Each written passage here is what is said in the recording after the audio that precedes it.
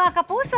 Hindi lang love is in the air dahil ang araw ng mga puso, sinabayan din ng pagdiriwang ng 22nd Timpuyog Festival sa Sarangani. Nakisaya pa riyan ang ilang kapuso stars. May report si Efren Mamak ng GMA Regional TV. Doble ang selebrasyon ng mga taga-Kiamba Sarangani nitong Sabado dahil nataon sa Araw ng Mga Puso ang kanilang 22nd Timpuyog Festival. Di lang magsing-irog ang nag-date at nag-abang sa float parade, kundi pamilya at magbabarkada.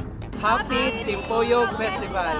Mayroon ding drum and lyre competition, acrobatic exhibition, at search for Miss Kiamba Timpuyog Queen. Mas umapaw ang saya at kilig sa pagdiriwang nang nakisaya ang ilang sparkle artists tulad ni TJ Marquez,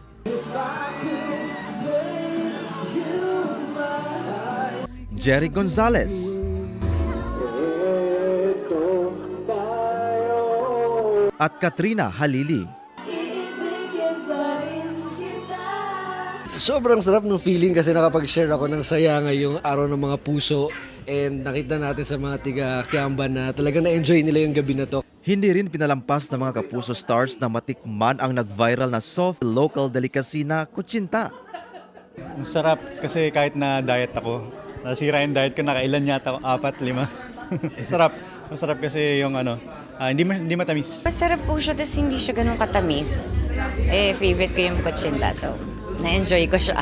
Samantala, sa Matters of the Heart, single and ready to mingle naman daw sila TJ at Jeric. Ngunit kung si Katrina ang tatanungin, Everyday naman ba sa amin, araw ng mga puso. Enjoy nyo na lang, bahala kayo dyan. Charot. Enjoy nyo, di ba? So, hindi ako makarelate. Ang pagmamahal ko ay ang aking anak. mula sa GMA Regional TV at GMA Integrated News, Efren Mamak, nakatutok 24 oras.